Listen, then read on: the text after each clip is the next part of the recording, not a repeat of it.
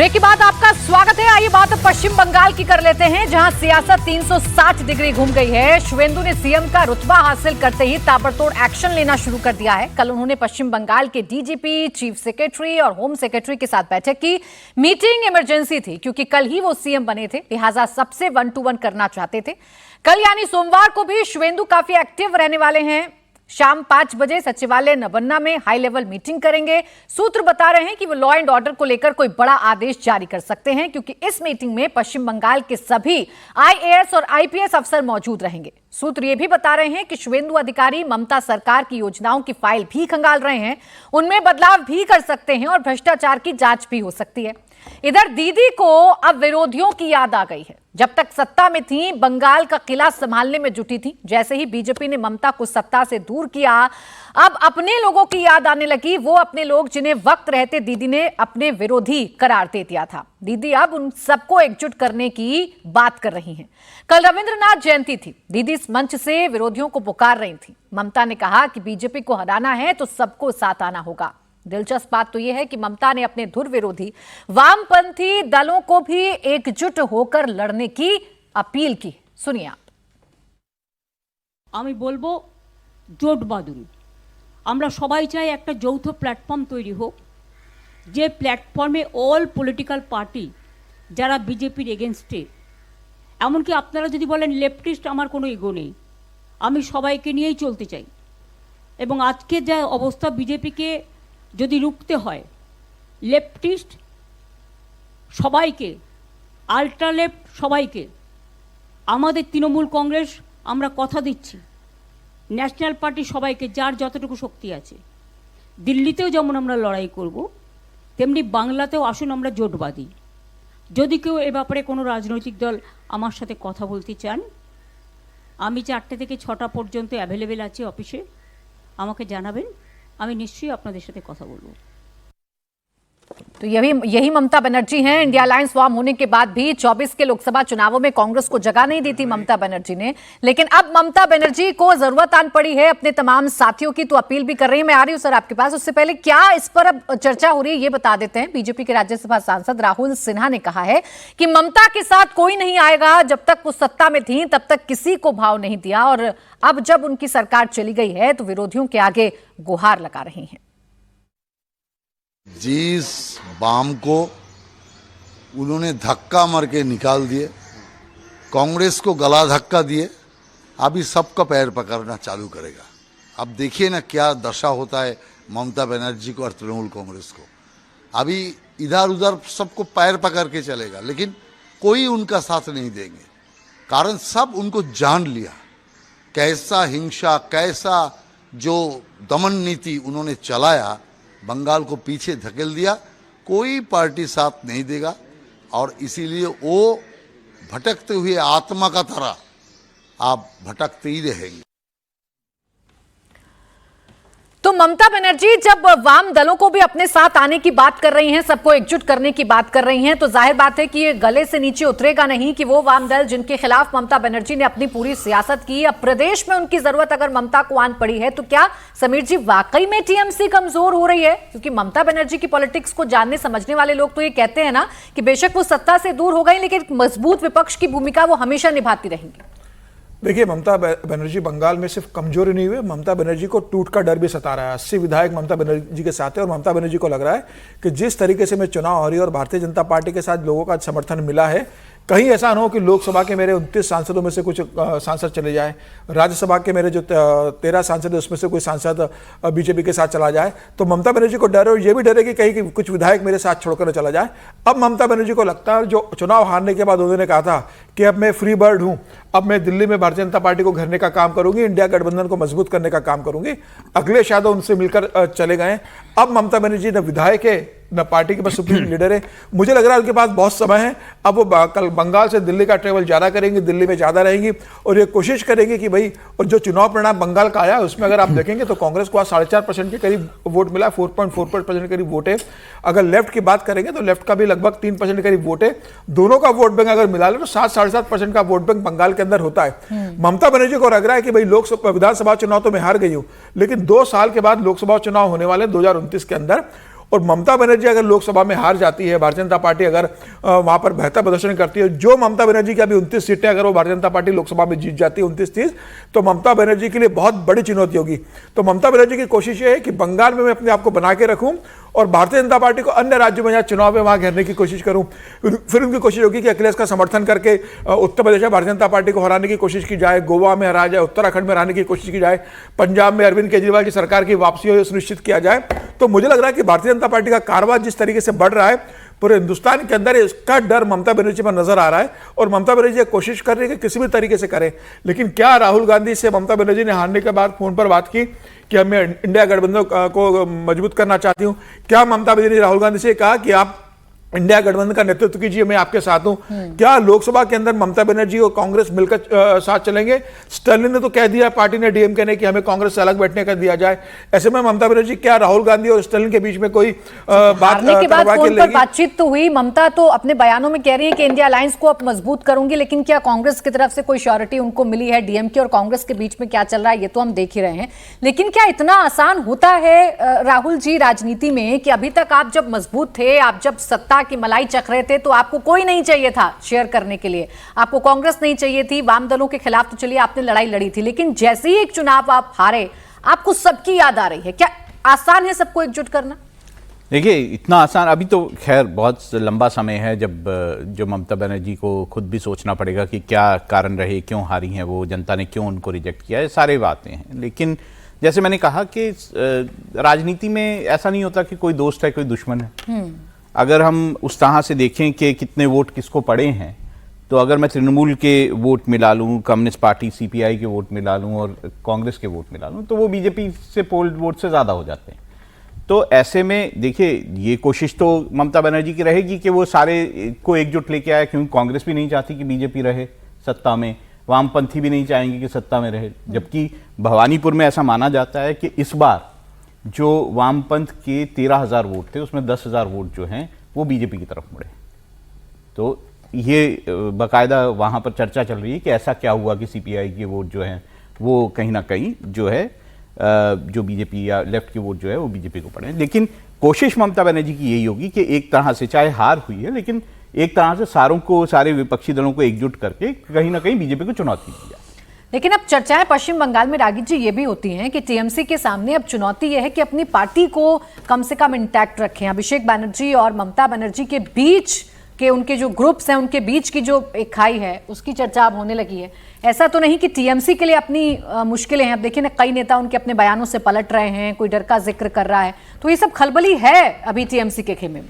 देखिए, बहुत ऐसी चर्चा सुनाई पड़ती थी कि जब सदन का, यहाँ पार्लियामेंट का सेशन चल रहा होता, तो सौगत राय को उन्होंने बहुत बेइज्जत किया था।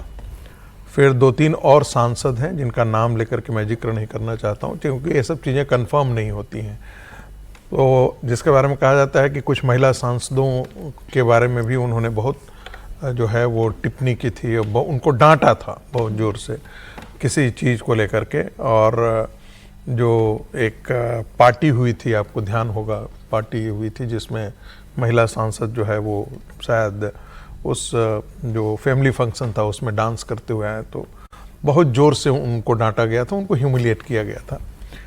वो जो उन्हें स्वीकार नहीं था कि भाई हम एक पर्सनल फंक्शन में गए हैं और पर्सनल फंक्शन से यदि कोई वीडियो लीक हो जाता है कि हम अपने घर में डांस नहीं करते हैं, हम अपनी घर परिवार के फैमिली के फंक्शन में यदि हो रहा है, कोई प्रोग्राम हो रहा है, तो हम परफॉर्म करते हैं या कुछ करते हैं, जो भी हो, एंजॉय करते हैं या करते हैं। अब उसको कोई पब्लिक फोरम में यदि ला करके डाल दिया तो उसके लिए हमको डांट पड़े। और अभिषेक की उम्र कितनी है? अभिषेक अपने से 2 गुने उम्र से भी ज़्यादा लोगों को के साथ जिस प्रकार के बिहेव करते हैं, वो ठीक वैसा ही है जैसे राहुल गांधी कमलनाथ के, और कमल कैसे हो और गहलोत कैसे हो, इस प्रकार की बातें जो है, वो जो एंटाइटलमेंट हो जाता है ना जब, तो ये स्थिति आती है। तो अब जाकर के जब आपके पास सत्ता नहीं होती है, सत्ता जो है वो बहुत बड़ा सीमेंटिंग फोर्स होता है, तो जब आपके पास सत्ता नहीं रहेगी, केंद्र में आपकी सत्ता के हिस्से नहीं है, राज्य से सत्ता की गायब हो जाएगी। और कल भारतीय जनता पार्टी की सरकार जब आपके लोगों को पकड़ना शुरू करेगी, जिन्होंने गुंडागर्दी किया था, मारा था, पीटा था, 345 लोगों की जो जाने गई थी, उनके ऊपर जब केस नहीं चले गए थे, जब आपके कार्डर को केस हो रहा है, तो वो भागेंगे, वो आपकी पार्टी को छोड़ेंगे, आपकी पार्टी में भगदड़ मचेगी और सबको अपनी जान बचाने के लिए। हम देख रहे थे कि कल से जो टीएमसी के कुछ प्रवक्ता थे, उन्होंने कहना ये शुरू कर दिया कि मेरा टीएमसी से कोई लेना देना नहीं है, लाइन बदल ली है। हाँ, मतलब हैरानी होती थी। कल जाकर के वो टेलीविजन पर ममता के लिए किसी भी हद तक जाकर के चीखने चिल्लाने की भाषा यूज करते थे, और आज एक कहना शुरू किया कि नहीं नहीं नहीं, मैंने तो इंडिपेंडेंट चुनाव लड़ा है, मेरा ममता से लेना मेरा ममता से कोई लेना देना है। एक दूसरे प्रवक्ता को देखा, बहुत सभ्य और शालीन भाषा में बात करते हैं। तीसरे प्रवक्ता को भी देखा, वो भी बड़े सभ्य शालीन में, ममता अब शुभेंदु दा को सबों के साथ फेयर ट्रीटमेंट करना चाहिए। अरे भाई, अब ये लोग क्या करेंगे? कल तक जो इनके साथ थे, बाद में ये पार्टी टूटेगी। जैसे सीपीएम के सत्ता में जाने के बाद, सीपीएम तो बहुत एक जिसे कहते हैं ना आइडियोलॉजी था, जिसको सीमेंटिंग फोर्स काम करता था। सत्ता तो था ही, एक आइडियोलॉजी भी थी। हाँ। ये तो पूरा सत्ता के सहारे ही आप टिके हुए थे। कांग्रेस को मैं बार बार कहता हूं, कांग्रेस आइडियोलॉजी के बेस्ड पार्टी नहीं है। इस देश में आइडियोलॉजी बेस्ड दो ही पार्टियां हैं, लेफ्ट है, राइट है, जिनके कार्डर आइडियोलॉजी से मोटिवेट होकर के वहां पर खड़े हो। गलत है, सही है, ये सब दूसरा हो जाता है। कांग्रेस पार्टी इसलिए बिखर गई क्योंकि सत्ता का ग्लू उसके साथ खत्म होता गया। मैं ये ऐसे में तृणमूल कांग्रेस के टूटने का डर ज्यादा होगा। मैं बिल्कुल सर, यही मैं जानना चाह रही हूँ कि टीएमसी अभी 3 बार से सत्ता में रही सर, 15 साल सत्ता में रही ममता बनर्जी। अचानक से क्या ये जो आह्वान कर रही हैं विजय जी, ये उनको राज्य में जरूरत पड़ रही है अपने तमाम साथियों की, या वो केंद्र की राजनीति की तरफ देख रही हैं? वो चाह रही हैं कि इंडिया अलायंस को तो कम से कम मजबूत करें, अभी नहीं तो 2029 में तो कम से कम बीजेपी को रोकें। ये राज्य और केंद्र की बात नहीं, ये उनके वजूद की बात है। सबसे पहले कि उनका वजूद बचा रहे तो राज्य में भी चाहिए और केंद्र में इसलिए चाहिए क्योंकि अभी राज्य में तो इतना बड़ा झटका लगा है, तो वहाँ से कोई स्पेस जो केंद्र में बची हुई है और राहुल जी के अलावा जो स्पेस वो ले सकती हैं या राहुल जी की जगह ले सकती हैं, उसमें से स्पेस की कोशिश करें। और इसमें कोई बहुत ऐसा हैरानी वाली बात नहीं, सब ऐसे ही दल करते हैं, हारते हैं जीतते हैं, तो हारते हैं तो सब लोग ये बात करने लगते हैं कि हाँ सबको साथ चलना चाहिए, जितना जल्दी समझ में आ जाए। और तृणमूल कांग्रेस टूटेगी, इसमें कोई ऐसी बात नहीं है। तृणमूल कांग्रेस अभी सत्ता में थी 2021 में, तब भी टूट रही थी। जो आज भारतीय जनता पार्टी की सरकार है, उनके सारे गमछे तो, उसमें से ज़्यादातर लोगों के गमछे अभी तक टीएमसी के ही थे, खुद मुख्यमंत्री समेत। तो ऐसा नहीं है कि टीएमसी, और जब हार गई है तो ज़्यादा चांसेस हो गए कि उनकी पार्टी टूट जाए, बहुत सारे लोग निकल जाए, और दरवाजा तो खुला हुआ। विजय जी, तब पार्टी नहीं टूटी थी, लोग टूट रहे थे। हाँ, वो पार्टी का मतलब वही बात है, लोग निकल रहे हैं तो पार्टी टूट रही है, और दरवाजा तो खुला हुआ ही है इधर।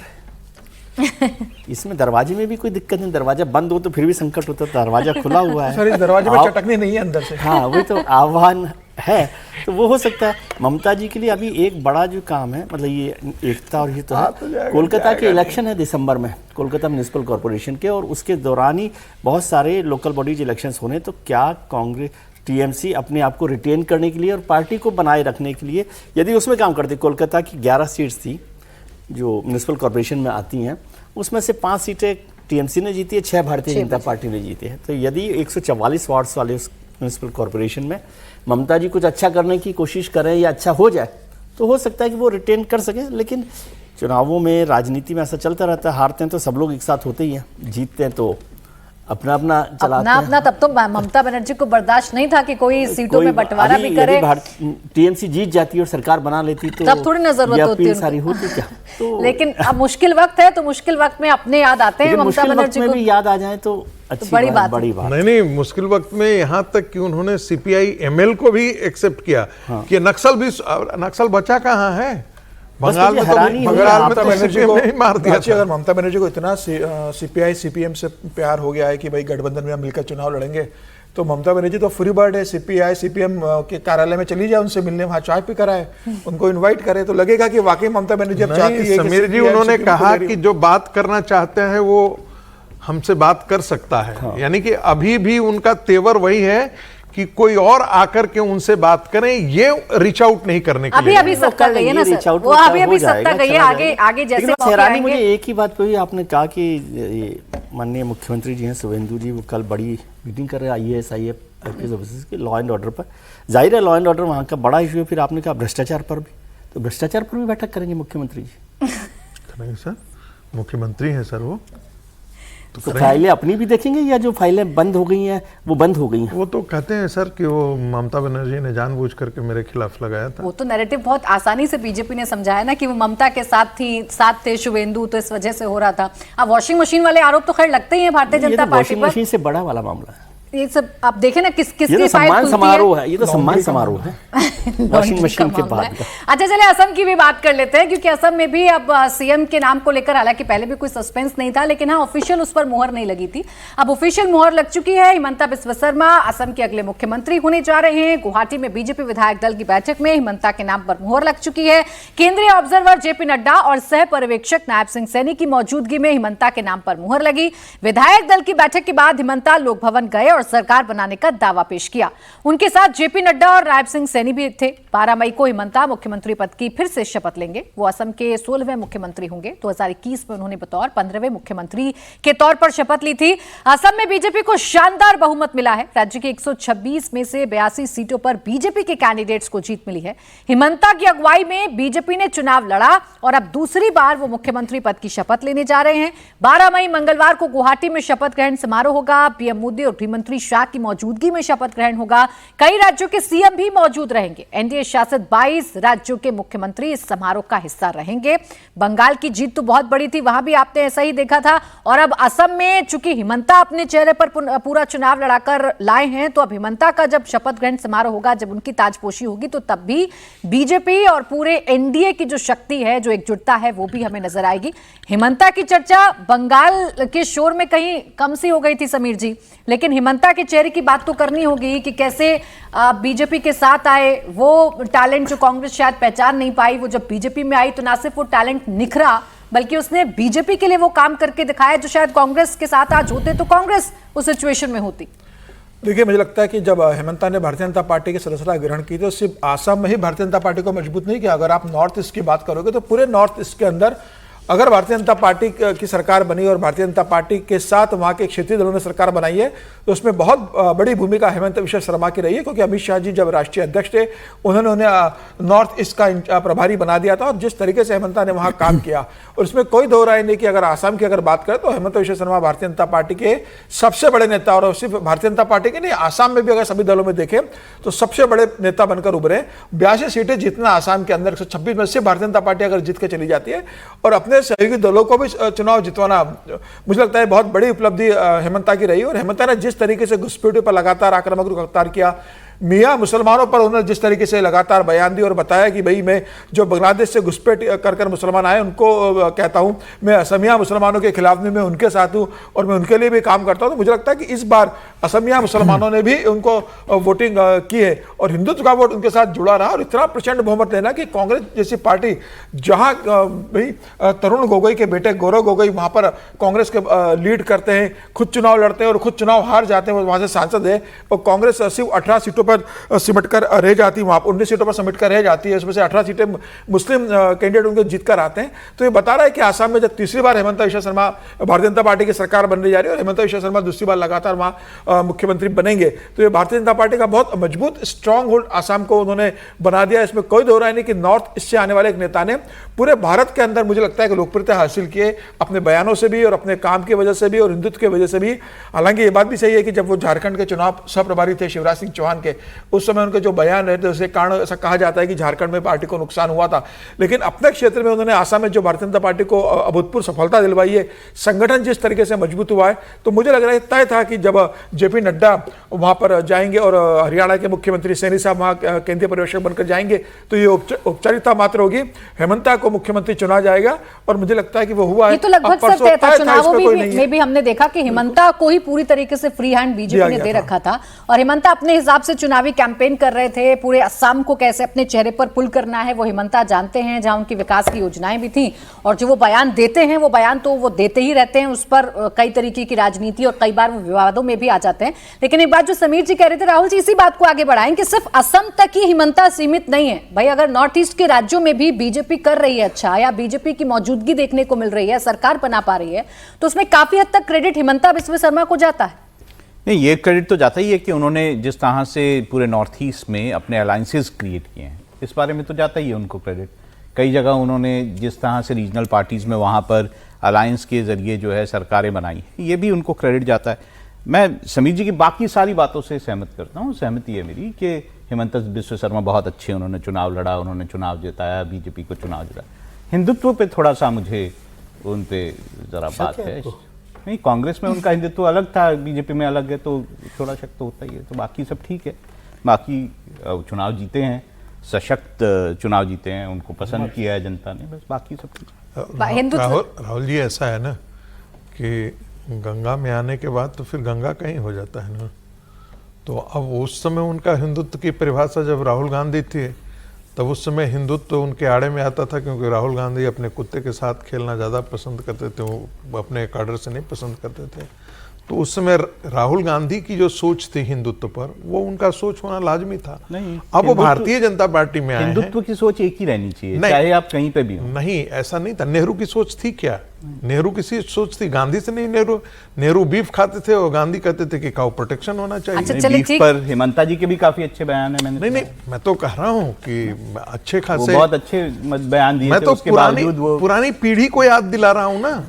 मैं भी आपको पुराने बयान ही याद भाई दिलाता हूं। देखिए, इसमें यहाँ एक अच्छी तस्वीर लगी ये कि गवर्नर साहब हैं लक्ष्मण प्रसाद आचार्य, जिनके पास अभी इनवाइट उन्होंने किया, अपना दावा पेश किया, और उन्होंने अपनी मेहमान नवाजी निभाते हुए भारतीय जनता पार्टी के पूर्व अध्यक्ष जी का पहले सम्मान किया, जेपी नड्डा साहब का, फिर उसके बाद जो डेजिग्नेटेड चीफ मिनिस्टर है उनको किया। अच्छा है, ठीक है, फिर राजभवन में देखिए- मेहमान नवाजी के लिए प्रोटोकॉल तोड़े जा सकते हैं। उनको गवर्नर बने अच्छी है रहना है, सर। तस्वीर।